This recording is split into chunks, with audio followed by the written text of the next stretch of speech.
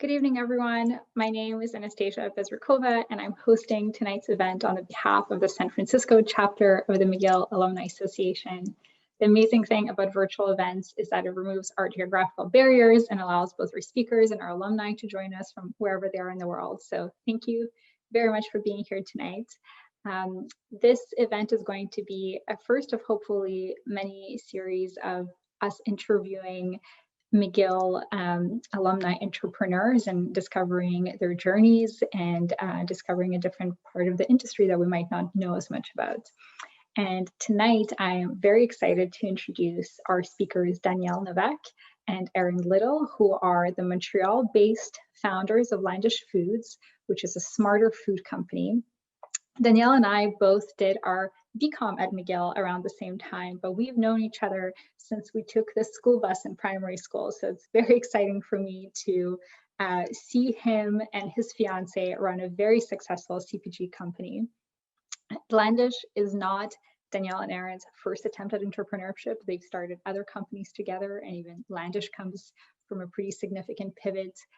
Tonight, we'll hear from Dan and Erin about their entrepreneurial path since their McGill days, the learnings, the mistakes that they've done, and they'll also walk us through the very exciting industry of smarter foods and beverages, which is leading the way in helping food become a more sustainable industry with very interesting innovations. So there's going to be a very exciting conversation on that topic. And somewhere along the way, they'll also teach us how to make one of their very easy and healthy plant-based lattes. So looking forward to that. With that, Dan, I'll pass it over to you so you can kick it off and tell us on how you got started down the entrepreneurial path. Thank you. Let's start out briefly. Realized we didn't know what we were doing in the tech space. When it took a job in banking and loan structuring and syndication, which is essentially the investment banking side of large debt transactions for National Bank Financial Markets in Montreal, with a lot of work pretty much everywhere in Canada. And then, 90-hour weeks and so on. And my health, despite really enjoying the work and learning a ton and having great colleagues and so on, my health took a little bit of a dive, pushing 100-hour weeks. And I sort of realized at a certain point that I just wasn't processing food very well, digesting food very well the way I kind of used to, and realized the importance of gut health and so many other aspects of nutrition that I hadn't really tuned into.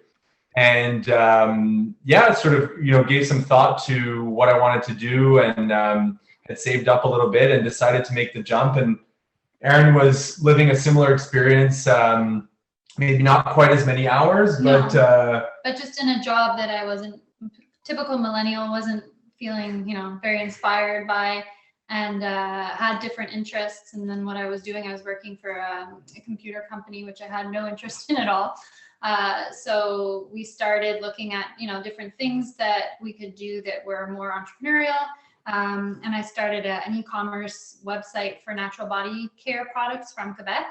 So that's kind of what we got our feet wet with. And then and we left our jobs on the same Friday. Yeah, that was so fun. we literally planned our exit together, and it was kind of scary. We gave up both of our salaries at exactly the same time. Came home on Friday afternoon, looked at each other and thought, okay, what now?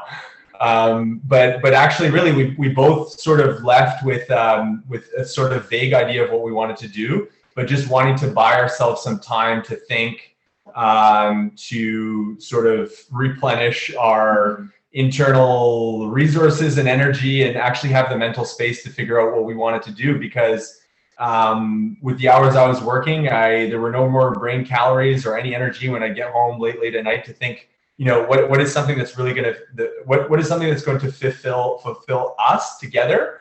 And we were sort of pretty intent on trying to go in the same direction together. We were sort of having similar feelings and emotions about work and what we wanted to do. So we started off helping Erin start an e-commerce business, and it was sort of a little bit of a low stakes environment where we could make mistakes, blow a few $1,000s here and there, and it wasn't the end of the world.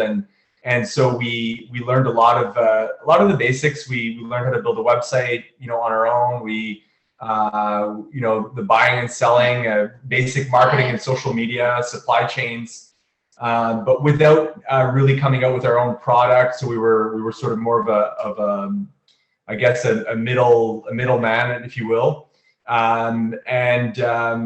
After 6 months of working with Erin, I decided that skincare was not your natural body care wasn't necessarily my calling, and I was experimenting with all kinds of different proteins and really dove deep into nutrition, and got super interested by crickets and insect-based nutrition and where this market was going. So I started to actually make myself cricket protein shakes and shared these sort of wacky ideas with a lot of my friends, and it sort of snowballed from there, and we ended up launching a brand, and Erin ended up joining us, called Crickstart, which exclusively made cricket protein based products. We did everything from shakes to crackers, bars, smoothie mixes, and cereal, you name it.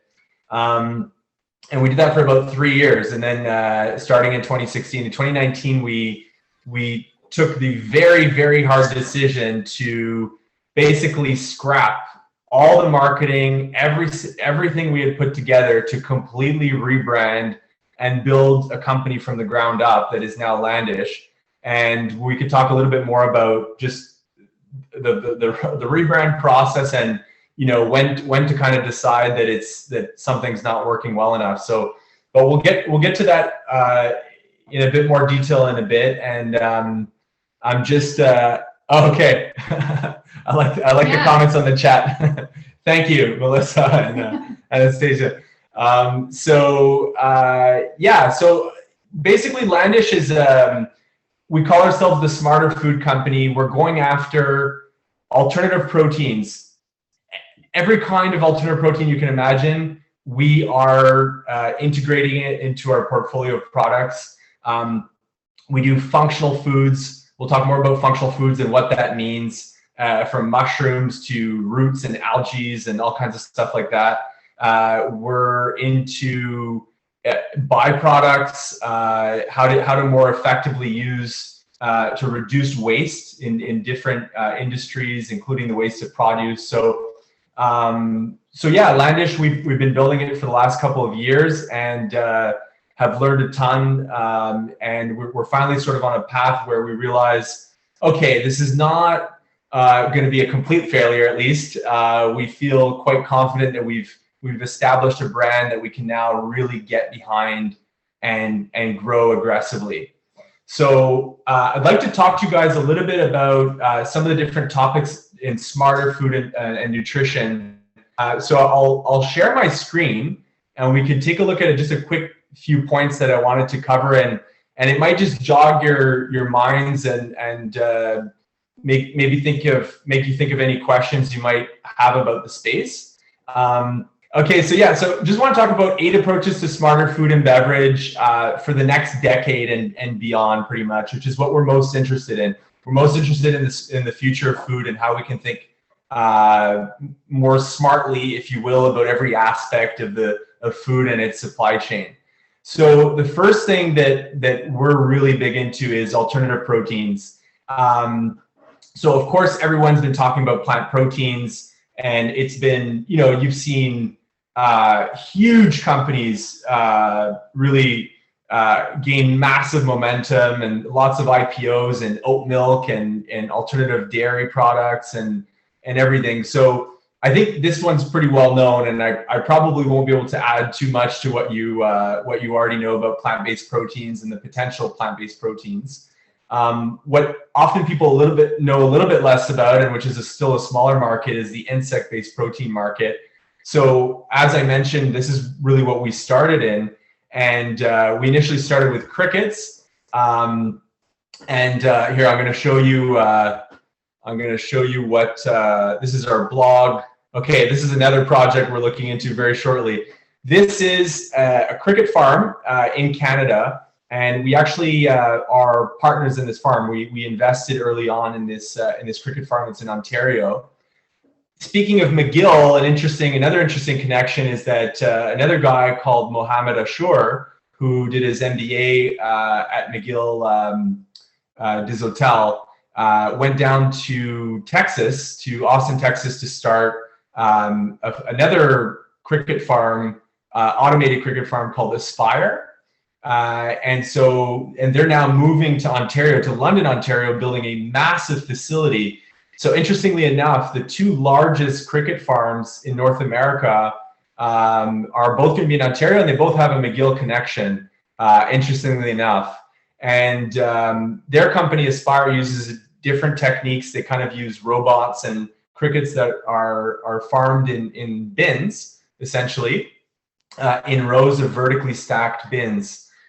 We use a technique called cricket condos. So they're actually free range in several acres of open space inside these very, very large barns. And so the crickets are actually called a swarming species. So they like to burrow in dark, tight spaces, actually, unlike mammals, of course, that like to have a lot of access to open spaces. The crickets often seek to be in very tight, restrained areas. And so they have constant access to food and water and so on. And live for about 7 weeks, and they convert plant-based feed into high quality, highly digestible protein, which is technically animal protein, which is very, very digestible and is complete, that has all the 9 essential amino acids. So super fascinating area. We've been doing this for years, and what essentially made us pivot from our previous brand, Crickstart, to Landish, is that we realized that we couldn't really build an entire company around this concept, and this concept fit within a broader vision for what smarter food could be. So that's crickets. And then we're working on another project with a Montreal-based company, and this may look pretty gross to a lot of you. So these are mealworms. Their Latin name is Tenebrio molitor, and they're not actually worms. They are the larva to a beetle. And the reason why they're such a huge thing in food, and whether it's pet food or human nutrition, they can eat pretty much anything. Now, we're launching a product in a few weeks in this category, and it's a powder. It's a powder, so you don't see any worms. But the reason why we're always kind of pushing the envelope with what our customers are comfortable with is that these mealworms essentially have the potential to eat food waste and byproducts. In this case, we cannot feed them compost because that's not considered food safe. So there's none of that. But at the industrial level, you could not imagine how much food waste there is within food processing companies. So just imagine any company that works with grain, or that is brewing beer, or that is processing and making bread, or any kind of grain or other organic material, juices, pulps, all kinds of stuff. These are very clean, high quality waste streams that are coming out of food manufacturing that are highly controlled. So we know exactly what's in there, everything's tested, and we know it's food safe. And these, what happens otherwise is these companies are often not even set up to compost. So most of this waste will go into the landfill and essentially just convert or rot into methane. Methane emissions are, of course, are much more powerful than CO2 as a greenhouse gas. So these mealworms allow you to convert which would have otherwise been complete waste into high quality, complete protein for human or pet nutrition. So I'll come back to the list here. And, are there any questions? Yeah, does anyone have any questions about insect protein? Dan, do you remember the Holt Prize? Because they were doing that as well.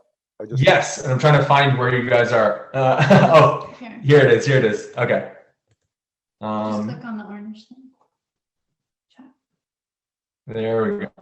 Okay. Yeah. So the Hult Prize which is the Bill Clinton Global Initiative, the Clinton Global Initiative, Bill and Hillary Clinton awarded $1 million prize to Aspire Group, which is the company I mentioned, and Mohammed Ashur, who's also a McGill alumnus. So that project, that award actually gave a lot of momentum to the insect-based nutrition movement. And we were part of actually picking up on that movement and launching a brand. Anything else? I'd love to hear what was the reception of the marketplace, like the market to consume such a product? Because I think that like for many people, especially those that are not into like really deep in health and wellness, taking a protein made out of crickets can seem, pretty intimidating at first. So what kind of a reception did you get from your clients? Yeah, Erin, how would you describe it? It was really different across the board. I mean, I think anybody who ended up buying on our website, obviously they were interested in it. Where you really saw the difference was when you would do a trade show at an event that wasn't about insect nutrition or anything. So you just have kind of the general public to the general public. And I think a lot of people could get behind the idea of it and understand why it's a good product and why we should be consuming it. And a lot of the times too, at the beginning, people would be really weirded out and grossed out, but when you talk them through it, you would kind of see the walls come down and they'd be like, you know what, it's in a powder. We had them in bars sampling those. So it was a lot easier for somebody to kind of like take that.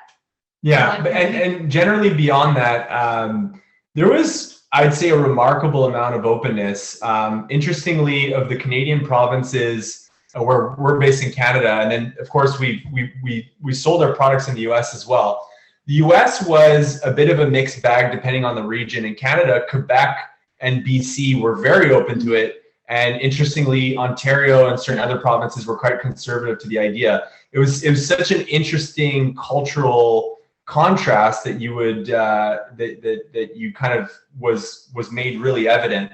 But beyond that openness and that fast growth, it was still quite a small market. So even if you're dealing with really fast growth, but the market is very, very small, your potential to reach a certain size as a company is limited. So I think that's what kind of convinced us we had to go for something broader. Is that there was a passionate, smaller group, but the general public was still has. It was a bit of an uphill battle at times because you felt like you were always trying to convince people why they should consume it, and not really be able to focus on the really interesting health benefits, the environmental benefits. So that's right. People were hung up on the bugs as opposed to sort of the sustainability and nutrition part of it. And I can't necessarily blame people, because when I was first exposed to the idea, I had the same reaction. Yeah. So I'll continue on with our alternative proteins. So Daniel, how much do you guys eat? How many crickets a day do you guys eat at home? Oh, I probably have a spoonful once every 3 days. And in a spoonful, you probably get about, I would say 100 crickets or so. So you could say that I eat a couple hundred crickets a week. Okay. Yeah. Okay.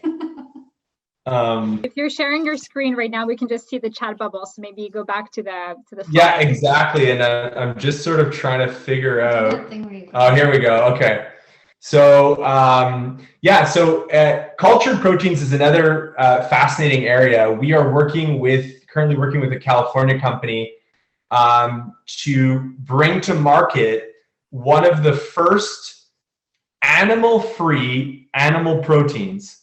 So this means that it's a protein that is identical to how it is in nature, in animal form, but involves the use of no animals whatsoever in its production. And you can kind of be wondering, okay, how is that possible? And essentially what it is these are enzymes that eat sugar and convert the sugar by rearranging the molecules into a specific protein that has essentially been programmed in them. It can kind of sound a little bit creepy, but it is bioengineering, and it is GMO, but it's the final product is not GMO, and the reason is that the enzymes themselves are essentially how would I say, engineered or optimized for this activity, but then they excrete this protein, and then the mix is then run through a centrifuge, and the enzymes are completely separated from the protein that they produce. So the final product is actually completely pure protein that has no GMO material in it whatsoever. We're not particularly against GMOs. We think GMOs need to be understood rather than feared. GMOs is a category that's too large to actually just say whether they're good or bad. It really depends on what they do. So we're interested in not pushing the narrative that GMOs are categorically bad, because we think that there's many aspects of GMOs that really could be used to really, I mean, I hate using the expression save the planet, but it kind of is true in many ways. If you look at food security around the world, it could be a very critical direction for food. And if you can imagine this in a little bit of a sci-fi kind of way, you can imagine. Oh, sorry, we're getting feedback. I'm not sure. Okay, we're good now. So yeah, like if you think of it in a kind of futuristic way, we might see in the future the land peppered with these fermentation farms that are producing animal proteins with no animals involved. And there's many directions for producing the animal protein, but this is just one of them. And then finally, I'll talk to you about algae and cyanobacteria, which is the one that we have in our product portfolio is called spirulina, and it's actually from California. And I'll show you what it looks like, and I'll actually show you on Google Maps what the farm looks like. So, so spirulina looks, okay, so this is actually something else I'll talk about in a second. But these are spirulina pools that are in the Sonoran Desert of California. So I'm not sure if you've ever heard of the Salton Sea, but this is just south of the Salton Sea, which was an old sea that has since kind of partly dried up in Southern California. And what's super interesting about this algae is that it's super CO2 hungry. So it basically consumes CO2, and through photosynthesis, it uses this CO2 and nitrogen to produce a really high quality protein and a bunch of other incredible antioxidants, vitamins, and minerals, and so on. The Aztecs in Mexico City used to consume this in cakes after they found it in ponds that it would naturally collect. And it took like thousands of years to actually figure out how to sort of rediscover this and start producing it. And this was a trend back in like the 70s and 80s, and it's finally come back, and people are realizing within the modern context of environment and nutrition, human health, that this is a huge this has huge potential. I actually pulled up the farm for you on Google Maps right here, and you can see how the pools they look kind of purple, and that's because the algae actually has elements of blue and whatnot, and it's just the way the light is hitting it. And this pool is actually called Astaxanthin. It's another type of really interesting algae.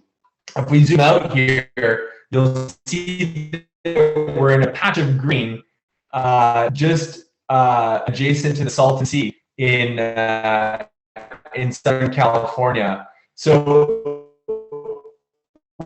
what's also super interesting is that this is not great, sort of more deserted areas to build these pools in, and it's a way of basically creating a lot of value out of land that would not have too much of another purpose.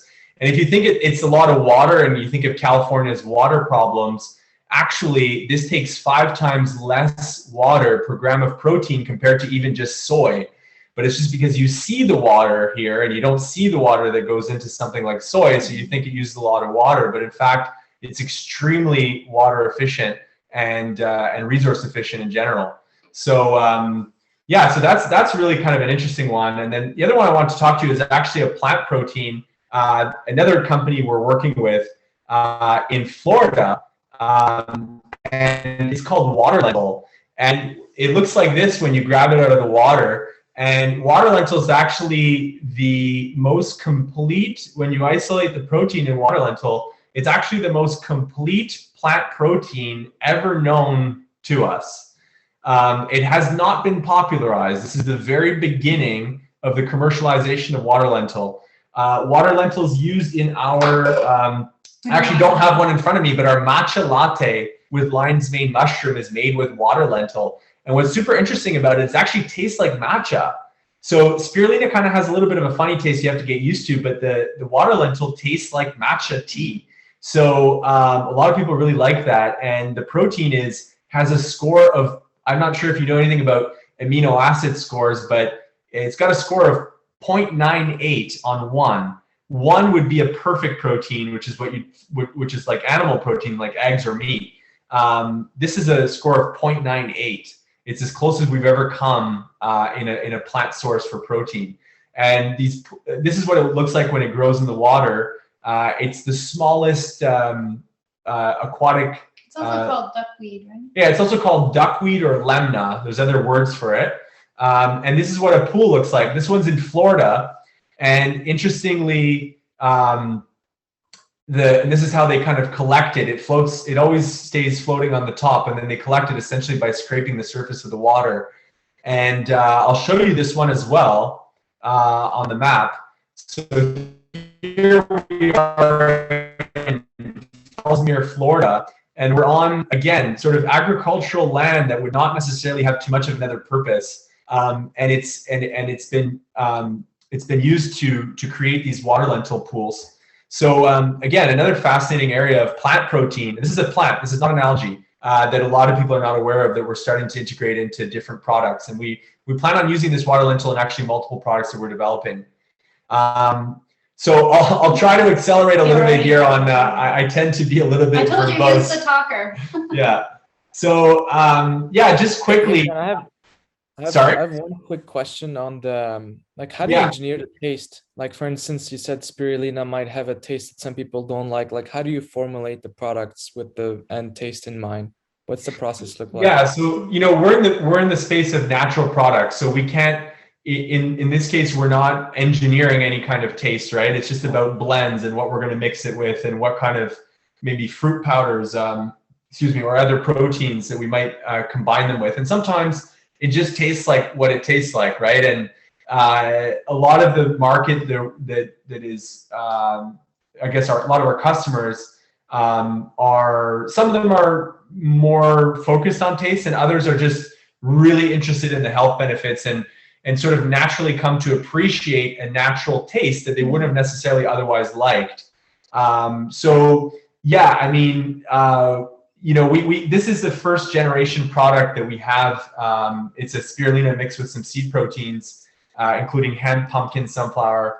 But we're coming out with like a super greens mix in which spirulina and some, actually the next topic, some upcycled fruit and veggie powders are used. And it gives it it softens the taste. And we think we've achieved something a little bit more universal and palatable on the next release or I guess the evolution of this product.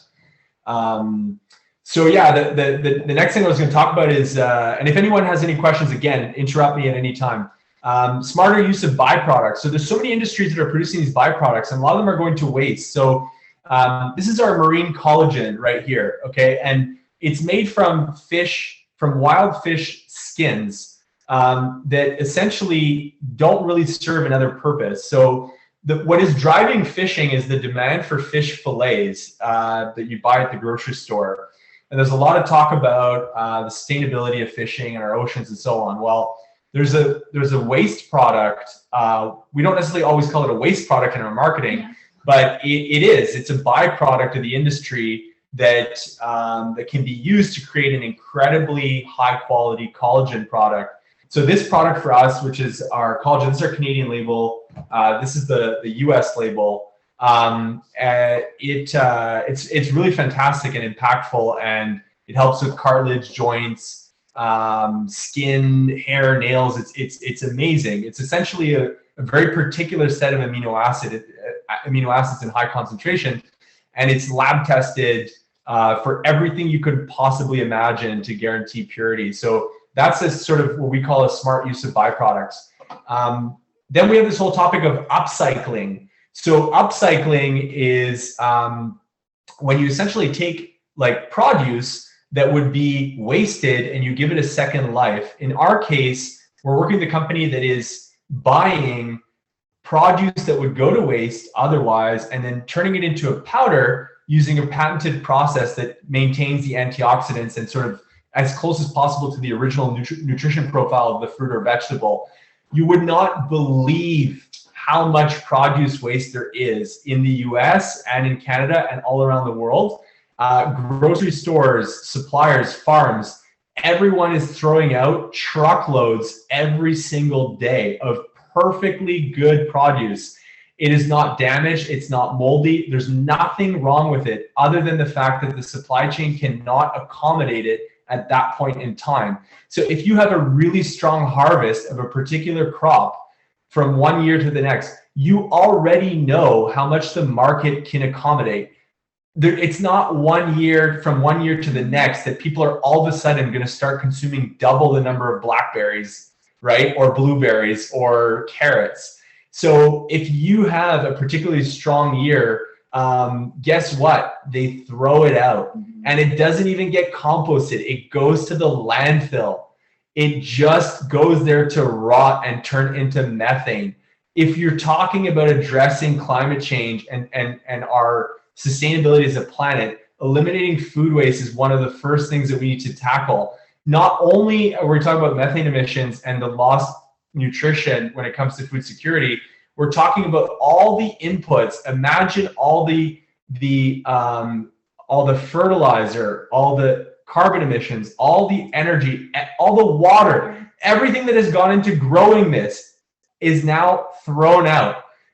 So we're working with a company, a Canadian company based in Nova Scotia that has partnered with Sobeys, which is actually one of our retailers, to make sure that no fruit and vegetable that is in perfect condition is thrown out. So it gets powdered, and we're actually launching 2 products in the next 6 weeks or so that are going to be made with these upcycled ingredients to reduce food waste. The next topic is functional ingredients. So mushrooms, I'm sure you've heard of these functional or medicinal mushrooms. So what's up with that? Is this just sort of hocus pocus, ancient medicine that doesn't really have any scientific backing? I actually thought that initially before we as a group did proper research in this area. And it turns out there's tons of very recent research by very serious people in the medical profession that have found all kinds of interesting, very scientific explanations for why some of these mushrooms have particular healthful effects. And a lot of it has to do with an impact on the gut. So essentially your microbiome. And so there's a link to the immune system and so on. And then we could talk about roots. We talked about collagen. There's another product, which is a plant-based omega-3, which has the same impact as EPA and DHA from fish oil. And it's a plant called ahi flower, which we're going to launch as an oil in the coming year. So there's so many interesting things happening in these functional ingredients. I'm going to skip over gut health and prebiotics and probiotics because you probably know a fair amount about that. And so anyway, I don't want to linger too long. I see the time is moving ahead here. One last thing I'll mention is, is connecting consumption to environmental remediation. So this is the idea that every time you buy a product, essentially if you go on our website, you buy a product, for every order we plant a tree. If you're in the US, we plant a tree. Right now we're planting in California. If you order in Canada, we're planting in BC, Quebec, and we have projects upcoming in New Brunswick and Ontario. And then for every gram of plastic that we use, we basically fund a program to have an equivalent amount of plastic removed from the St. Lawrence River, which flows into the North Atlantic. So the idea is everything that we have is already priced for compensating for certain environmental costs that go with them. And this is something that we deeply believe every company needs to think about. And it's actually been the startups that have been encouraging the really large companies around the world to commit to objectives like this, and are putting pressure on the big companies that of course have so much more capacity. But they just haven't always seen it as beneficial to their bottom line to give back to the environment. So yeah, are there any questions on any of this? I've just offloaded a lot of information. Is there anything that you find interesting that you want to know more about? Dan, you were an iBanker. You sound like a left-wing person. Like, what happened? I was never a right-wing person, Okay. despite being, not that that's a bad word or anything. I don't consider myself left or right-wing, but just a spectrum of different incongruent opinions. No, I guess it's just a passion for sort of what I've always cared about, what we've always cared about, which is environment and nutrition and human health. So love it, Dan. yeah. That's great. Love it, guys. We have a great question that came in from Joseph. How was your experience on the French edition of Dragon's Den? Did it help boost your business to another level? Yeah. So, Erin, you tell us. Yeah, well, it was, I think we had a different experience as the Anglo on the French TV show. It was a bit of a nerve-wracking experience, but we weren't really sure what to expect going on to it. But the viewership for the Dragon's Den is, what is it? It was Well, it's like it's over 2 million people. So it's quite, compared to the English Dragon's Den and the rest of Canada. So after that, honestly, it was kind of what we feel like launched us into being just a known brand in Quebec. Yeah, the Quebec market is a very interesting place, of course, right? It operates according to its own rules and everything, and the Quebec customer base is amazingly loyal and sort of how would I say, just tons of solidarity. So and that's what we saw from the show was people really just wanted to support us. They liked what they saw. It was also good timing because our episode aired kind of just as the quarantine had started. So I think health and taking care of yourself was on the top of mind for a lot of viewers. And there was a lack of content, so everyone was just watching TV, and it was great for us. And if anyone is ever in a similar position to get on a show like that, we highly just go for it, because it's we're talking about $1 million+ value in advertising that you get for free. Yeah. So really the value's in the advertising, and it worked for us for sure. I know that I think we're coming up on time, Anastasia. I don't know if people have 15 minutes left. So Perfect. If you want to chat about the entrepreneurial path or show us your latte, whatever feels right to you. Yeah, you bet. Well, actually, it's more of a chilled latte at this point. Yeah, it's more of a chilled latte. We pre-made them and then forgot to. I didn't. Pour Erin's pouring her turmeric ginger. Can they see me? Good, I can't see them. Yeah, we can see it. Okay, good. So you didn't miss the pour. So here, a little shameless marketing here. So this is a turmeric ginger latte, which is actually, we're talking about functional ingredients. It's made with turmeric and ginger. Of course, everyone knows turmeric and ginger, but turmeric basically contains something called curcumin, which is a natural anti-inflammatory compound. It's not, again, this is recognized by the FDA and by Health Canada or any health governmental body. It's a true anti-inflammatory, so on joints and so on, and there's a therapeutic dose that's in this product. It's also made with ginger, which has all kinds of interesting active compounds, and something called ashwagandha, which is a root that looks like this. And it actually has been shown to lower cortisol levels. So one of the epidemics in our modern society is stress, which is often directly linked to high cortisol levels in the blood. which can bring about all kinds of chronic diseases. Well, ashwagandha can naturally lower your cortisol levels, which is why people feel sort of this wave of relaxation when they take ashwagandha. Some people take it to help them sleep and so on. But so two of our 5 lattes are caffeine free and have this ashwagandha, which is really an amazing natural product. So and then mine is this is a 5 mushroom hot chocolate. So I was talking about the different compounds in mushrooms and how they're bioactive. So there's 5 of these mushrooms mixed with essentially organic fair trade cocoa and some coconut milk powder. So, and it tastes like chocolate. It doesn't taste like culinary mushrooms like what you'd expect.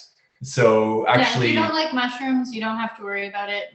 Functional mushrooms really don't have that, like the grocery store mushroom taste. So exactly, they're more of a woody taste. It actually goes really well with cocoa, interestingly enough. So yeah, we'll sip on this with the time we have left. But yeah, I just wanted to cover, for those who are interested in entrepreneurship, and frankly, honestly, even people who are within companies where there's an opportunity to experience elements of intrapreneurship or entrepreneurship within a larger company. And I'm sure a lot of this would apply to all kinds of areas, even if it's not building your own company. We'll go through a few things that Erin and I and the rest of the team have learned, and we're going to try to keep it really specific to us and not say you should do this and so on, because our experience is our own, and we think it probably applies to a lot of people in a lot of scenarios, but not going to be overly confident with that and just sort of stick to saying what we learned and what our impressions are. So I'll go for it. So and we can kind of switch back and forth. So the first one is, we were often told with family or friends or your partner or your life partner, because if it doesn't go well, you could ruin your relationship and so on. That ended up being bad advice for us. We actually split from an early co-founder, and the main issue was that we didn't know each other well enough. We didn't know each other's values, and there was a misalignment in values. And had that person been closer to us, or we had known them for a longer time, we would not have come to this very costly, what was essentially a mistake or a bump in the road. And on the flip side, Erin and I, who are life partners and business partners, it hasn't always been easy, but we figured out a way to kind of overcome any of our challenges working together. And the reward is really great, because you get to sort of share your life with someone and also build. It's much more, I find it to be more motivating that we're doing it together, because if we were doing this separate from one another, it really does kind of take over your life. So we do get to spend a lot of time together working towards a common goal that's our future, basically. So personally, I find it very motivating. Yeah, for sure. And most of the experiences we've had have been when you really know the people you're getting into business with and their values and really what they stand for. There's just more like in our case, it was a positive thing. The second one is Dan actually. Johan just messaged me a question that he had on this topic. Like, how important was it to get your feet wet with previous startups before jumping into something this big? So yeah, essentially you worked for in banking, which is extremely corporate. But then you have to get your feet wet and start small to get the flows going. If you could touch on that, would be fantastic. Yeah, for sure. So I mentioned that before, Erin had not started anything before the e-commerce business we built together. But myself, before going into banking, I worked on, I mentioned briefly that I worked on a tech startup with some other McGill grads, 2 computer science grads and another business grad. And we worked on it for about 6 months, and we kind of made a lot of the basic mistakes you have to make about revenue model and again, knowing who you're starting a company with, and And so I had that initial experience, again, in a low stakes environment where I didn't burn a lot of my own personal capital. Actually, we didn't burn anyone's capital. We didn't really get to the phase of raising before pulling the plug. So that was an initial experience. And then sort of realize you tend to have these pressures around you, not only pressure on yourself, but family pressure, who just, helped you get through this great education at McGill, and you come out with a degree in whatever field you've graduated in, and there's this pressure to go right into a steady job with predictable income and so on. So I felt that pressure. I went into banking, which is what I thought I wanted to do, and I would say it was a good decision because I learned a lot, and it was a phenomenal experience. But after that, the real hard part is particularly when you're in your the first half of your 20s, and you're a few years into a job, and you're starting to ask yourself questions about what you want to do next.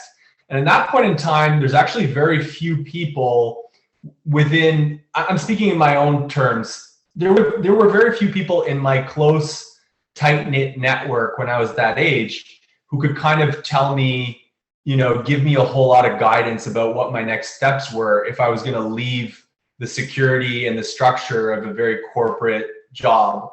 And I decided to leave and start or help Erin start her business. And that was tough because we both went from a highly structured environment into basically being together in a 700 square foot apartment in downtown Montreal, occasionally at each other's throats about decisions to make and so on, and having both our salaries gone from one day to the next. Yes, we had savings, but still, when you start seeing your bank account slowly trickle down, it's not necessarily the most relaxing experience and the most conducive to a relaxed relationship where you can. So there that was a very unique experience. It's particular to starting something as a couple. You can also do a lot, get things started while you're still working. I mean, unless there's some conflict of interest there, but there's still a lot you can do to kind of set up things before you do take the leap. But it's just kind of like, and it's a good idea to do that, obviously, to make sure you're onto something before you completely, give everything up. But if you get to a point where you feel like, you really believe in it and you want to go for it, the rest you can figure out. And after that, it really becomes a question of who you surround yourself with. And for the company Quickstart, which is now Landish, I initially started on my own, and that was very hard because you're constantly second guessing your own decisions. And you know what? Your family may love you, your friends may love you, your partner may love you, but the truth is that no one is deep in it like you are, and no one has the same stakes. No one has the same thing at stake. So it's tough. It's really tough starting a company on your own. And I started to become really motivated when Erin and another co-founder joined us. Actually, after we had an initial split from an earlier co-founder, and then we built a team, and we realized, okay, these are people who will go down with the ship, meaning like they're ready to stick with it. So it's a process, and my advice would be, if you are thinking of making the jump, try to have as much ready before you leave your job, because the second you leave your job, I mean, things become tougher. I'm not going to lie, and there's some things though that you simply cannot do while being in a job, because you will not have the mental space. And at a certain point, you just have to make the jump and go for it. I'll quickly cycle through a few things, and I'm not even going to get into detail because they're kind of self-explanatory. Trying to do too many things at once, okay? Focus is the key, whether it's the market, the product, whatever it is. Trying to do too many things at once got us into a lot of trouble, financially and otherwise. Outsourcing prematurely, Erin, what would you say? Like, just basically learn before outsourcing? Yeah. Learn, in our experience, it was better to know how to do something, even something technical, like running Facebook ads, Instagram ads, Google like ads. That expression, you have to learn how to do the dishes before you can be the chef or something like that. Like it's really good to know what you're capable of doing, because you're going to do it the way you want and, in your mind properly before seeing like if somebody else can do that, because you'll just end up spending a bunch of money on something that maybe you could have. Yeah, you can't manage external providers of services or anything. And again, I'm sure this applies beyond starting your own company. If you do not know what you are outsourcing, and I mean, if you don't know what you're outsourcing in detail, the technical aspect of it, you're not going to outsource it properly. So that was a lesson learned the hard way for us. We hired different agencies and different people without really knowing what work we were giving them.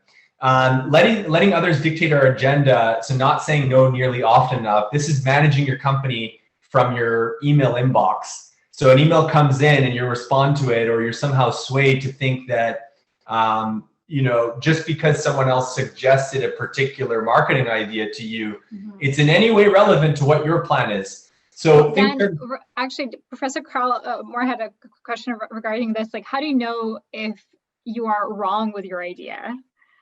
Oh, yeah. The market will tell you. Here's another lesson learned I'll tack onto this list of 10. We tried to initially start a company. This is a perfect example of two companies, two brands, one done the wrong way and one done the right way. The first brand we launched was based on an idea that we wanted to see exist in the world. It turns out it's really, really, really hard to be successful at that. So the market told us it's not that we were wrong, we were not right enough, or we were not right at a large enough scale.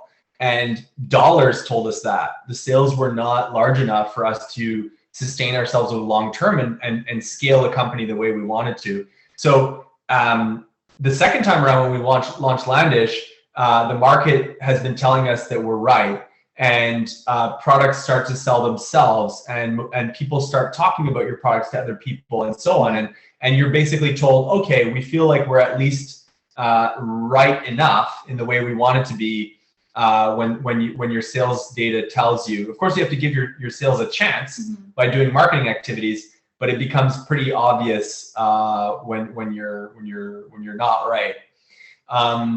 Another really common mistake that I know from just speaking to so many startups, and that we did really badly, is we out-distributed our marketing and demand big time.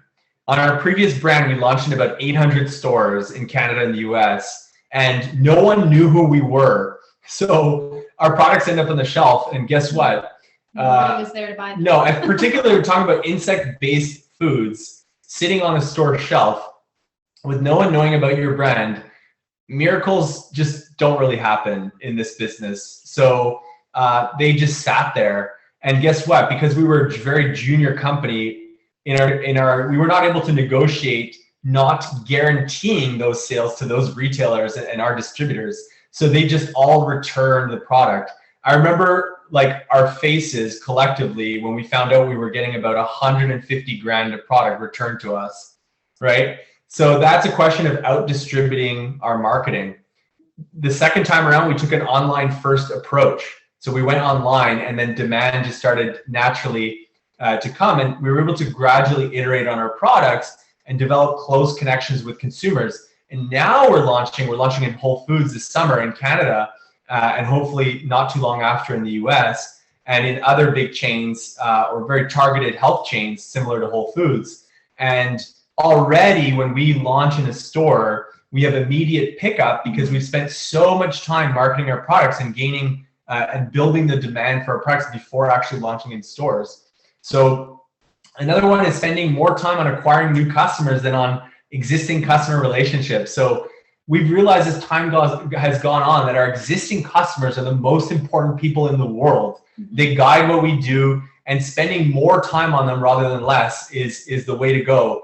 Acquiring new customers is of course important, but if your existing customers love you and you take such good care of them, they're going to refer you and you're going to build a really strong brand. Not taking unit economics seriously enough. So this is like the gross margin of your individual products that you're making. Can they be profitable, and can they be profitable over time? Do you know how your costs are going to evolve at different sizes or levels of sales? That's super important. We didn't take that seriously enough at the beginning. We always thought it'll sort itself out because there's too much of a mental battle to figure it out. In retrospect, we should have been on top of this big time right from the start. And then not pivoting, shaking things up quickly enough. When you realize something's Dan, just on that question, can you expand on how you could have done things differently on the unit economics when you said you could have figured things out? For sure. So we didn't take into account enough factors. So we would often sort of say, okay, well, this is the cost of the ingredient. This is the cost of the packaging, and maybe there's a manufacturing fee. So that's 3 things. Now, if you look at our unit economics, there's about maybe 12, 13 lines that goes in.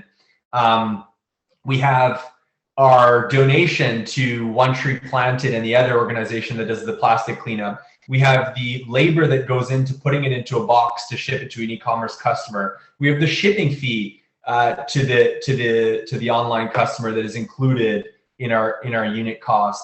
We have all kinds of other costs. We have the tape, we have the cardboard, we have so many little things that end up chipping away at your margin that you have to plan around to make sure that your pricing strategy is taking into account every single penny, and even the variability of the ingredient costs. You know, like the pandemic has highlighted that issue very, very clearly. Ingredient costs in many categories have gone up because people stopped eating out at restaurants and eating more at home, and incidentally consuming a lot more products like this. So the cost of coconut powder, which is one of our main ingredients, has gone up. All kinds of things. So just being aware of the variability and the vulnerability to possible changes in raw materials is super important. And then also at scale.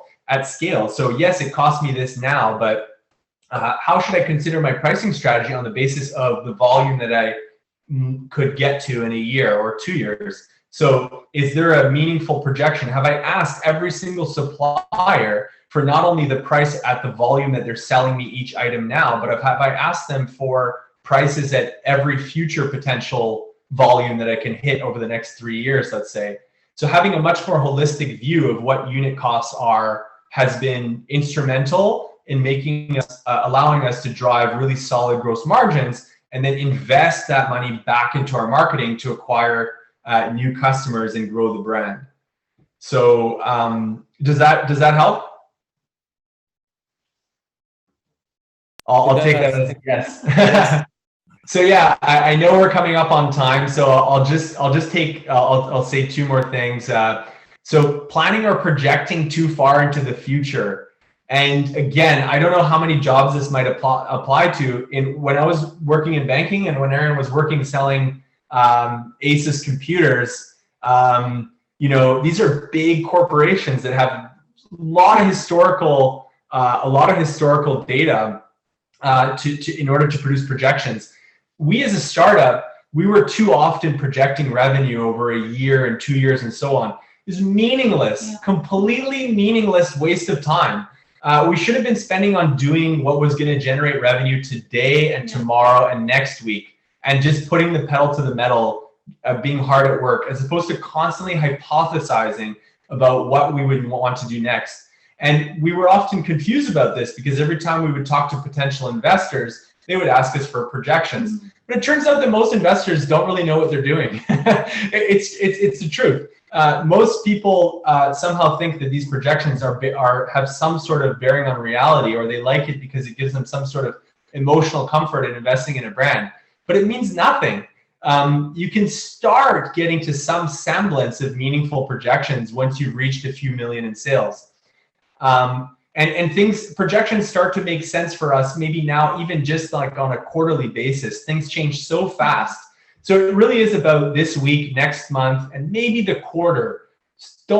We don't think it's worth planning too far beyond that. And we've been proven wrong when we've done it, and we've been proven right when we've kind of taken things as we go. Yeah, and the beauty of being a startup is that we can pivot, you know, whenever we think, oh, this isn't working, this is actually a better idea, let's go for that. And if we had not being planned tied out- down, yeah. not being tied down by long presentations with corporate plans for the next 3 years of activities, right? And the last thing I'll say, ending on a little bit of a little, I don't know, woke moment, is being in a rush.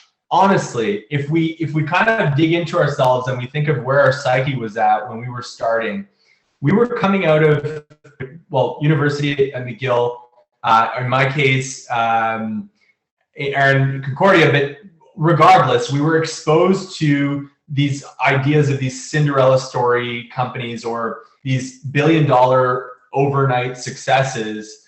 And even if we thought that we were objective and able to not be influenced by these stories of massive success in entrepreneurship, which are subject to major selection bias, obviously, but we were influenced by them. And coming in to starting a company, we had this idea that it could be, just a few years, maybe 3 years, 4 years.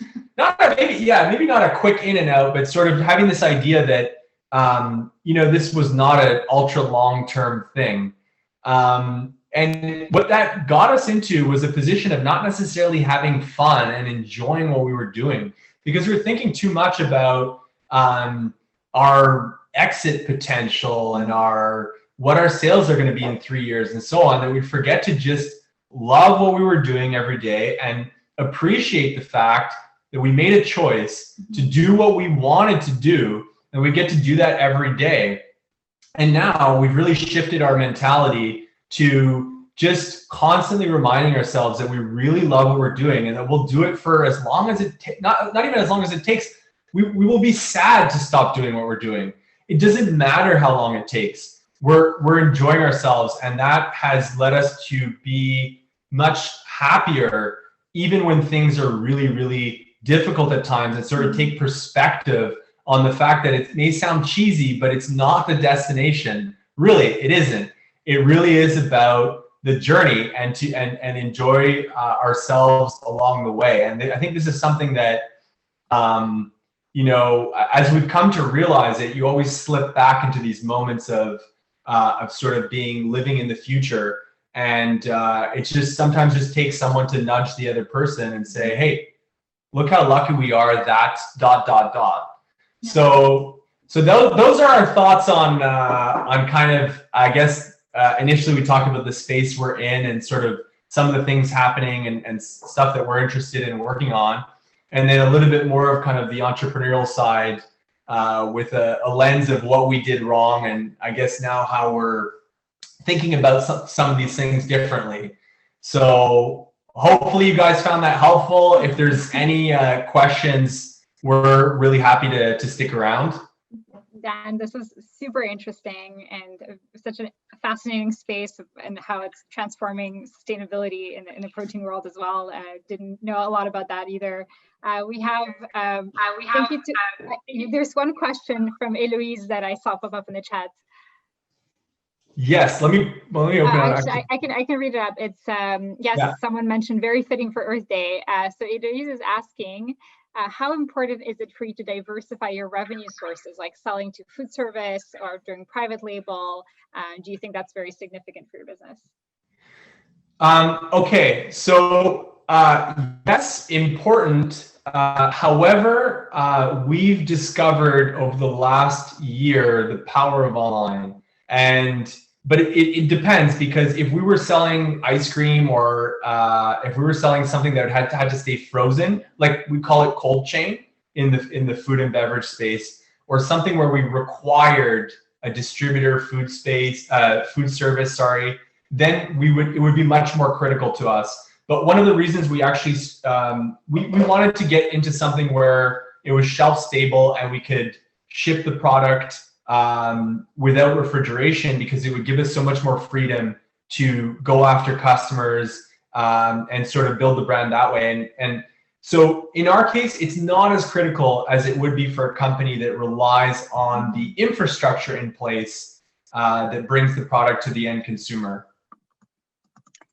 This is really great. We've got one more amazing question from Rushi. She said, some of the ingredients you're exploring and using are really new and exciting and perhaps unknown to the general public. How do you tackle the educational aspect of approaching the market? Yeah, that's super fascinating. The biggest challenge being this, okay, so insects is one thing. We've gotten good at having those conversations, but the truth is, the lesson we've learned is not to, I'll say not to fight with people. That's probably the wrong way to put it.